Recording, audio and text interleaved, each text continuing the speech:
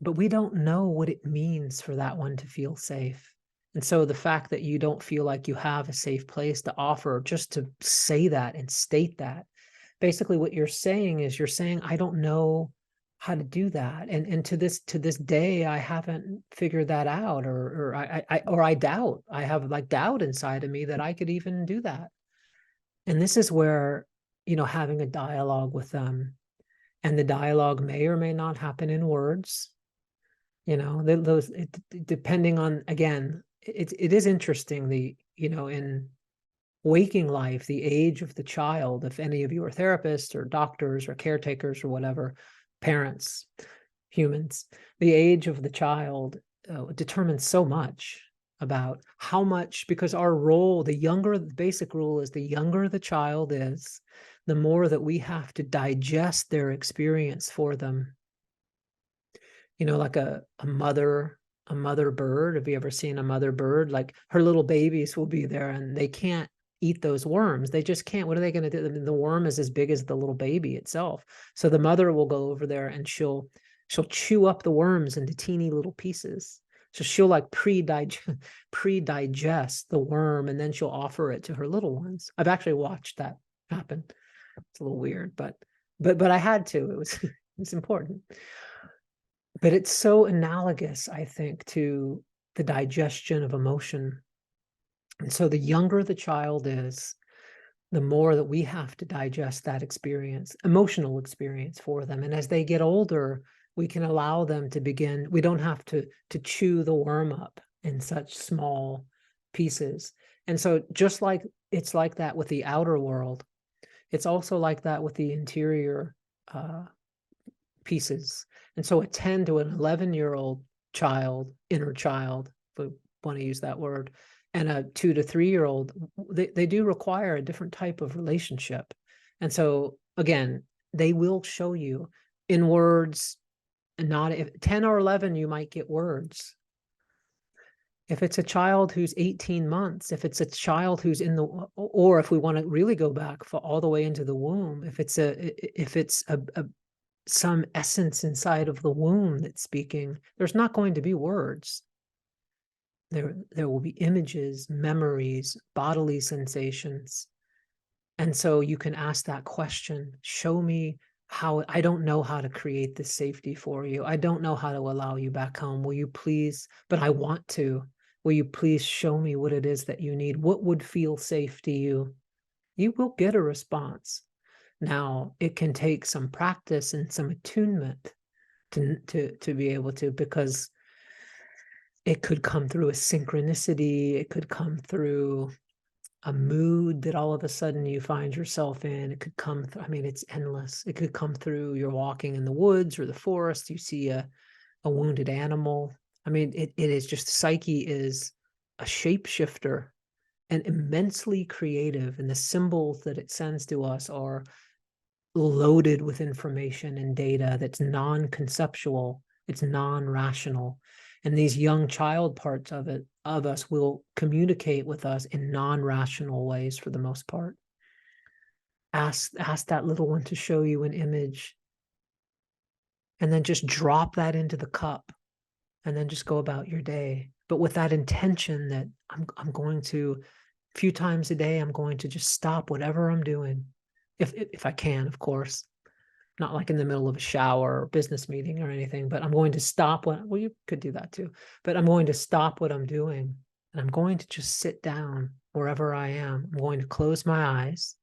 This is a practice that you can do every day. I'm going to feel my feet on the earth. I'm going to lay a hand on my heart. I'm going to take a few deep breaths, and I'm going to say, I wonder what I'm experiencing right now in my body, in my physical body, in my emotional body, in my imaginal body, without any interpretation.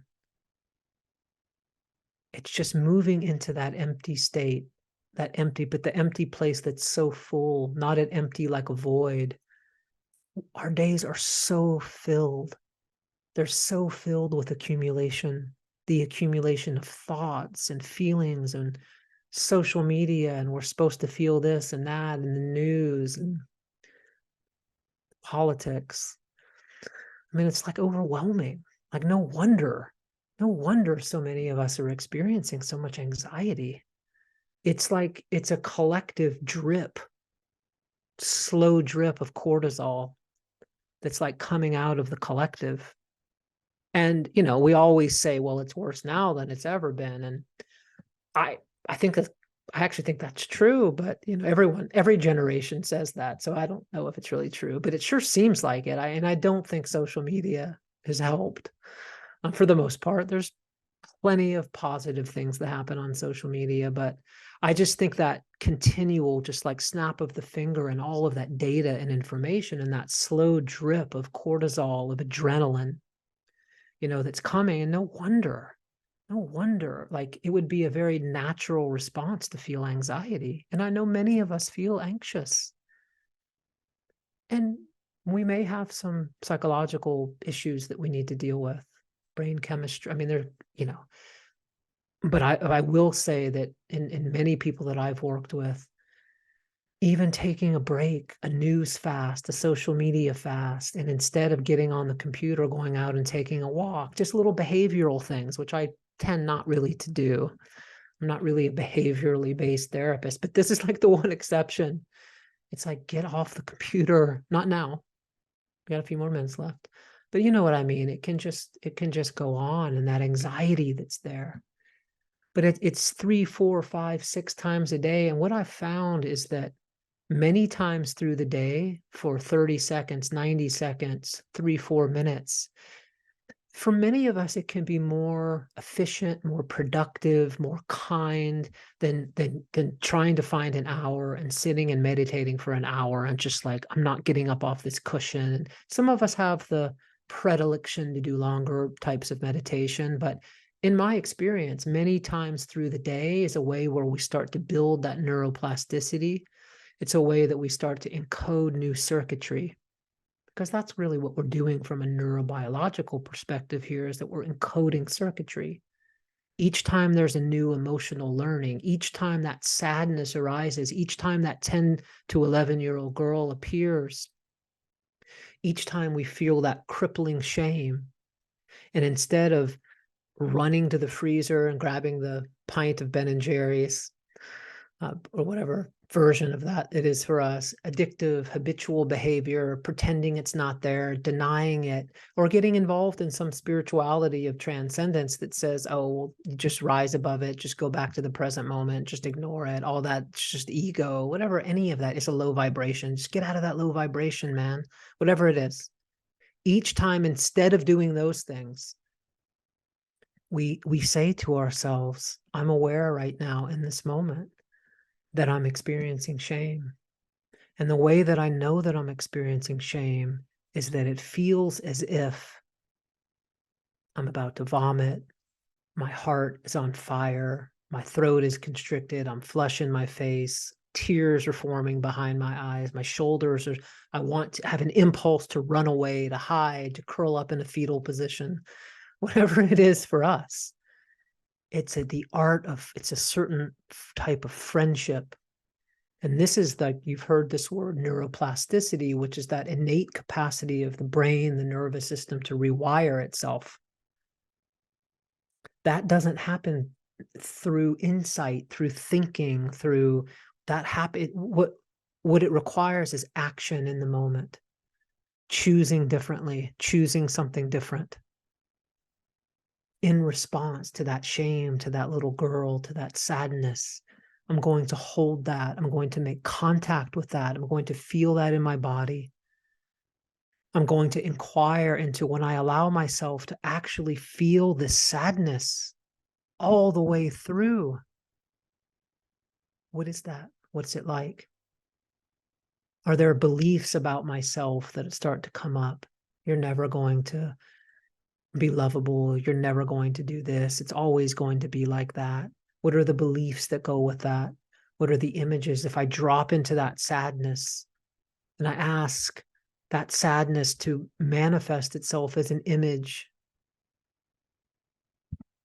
it will do it. And so that's what encoding new circuitry is. That, if we're talking about healing from a neurobiological perspective, we're talking about choosing different in the moment, the new pathway that gets anytime there's new emotional learning, which is learning that occurs in the presence of powerful emotion. Anytime there's new learning, there's new neural circuitry. And so this is a practice this is our practice from that perspective. And we can get really good at it, and we can do a nice scan through our experience, physical body, emotional body, imaginal body. And if we want to get into any sort of beliefs or voices or thoughts, we can go into those. I tend to not necessarily in those moments to spend a lot of time in the thinking part of it. That's important too. The narrative. What is the narrative? What is the story I'm telling myself about me and my life? And is it maybe time to update that with a new one? Most likely, yes. But we can do this once we get practiced at this, we can do it in 2 or 3 minutes. And I think all of us can find 2 or 3 minutes, 3 or 4 or 5 times a day, rather than, oh my God, I don't have an hour to meditate. Many of us don't. And I'm not sure that's actually the best practice for many of us, because what can happen is that if we're activated in the moment and we sit down, meditation is not the tool necessarily to deal with emotional activation, necessarily. It can be helpful. But I found that those, spiritual practices can be more helpful from within when we're back in our window of tolerance. And these other sort of psychological inquiry can be more helpful in the moment. And then once we've come back down into the window, we've soothed the fire a bit, we've taken some deep breaths, we've realized that I'm not dying. This shame is a wave that comes in my heart and goes, and there's this image of me and this thought that I'm never going to be loved. But you know what? I can hold that. It's not killing me. Like I'm here. And that's what gets that neuroplasticity activated, is choosing something new in the moment. And we can do that all through the day. In longer periods of meditation, sometimes it can help, but what can also happen is we can just start hammering. There's a way that we can sort of start to beat ourselves up. I'm not doing the meditation right. I'm so distracted. I'm so busy thinking I can't stick with the practice. It may not be the kindest practice in that moment.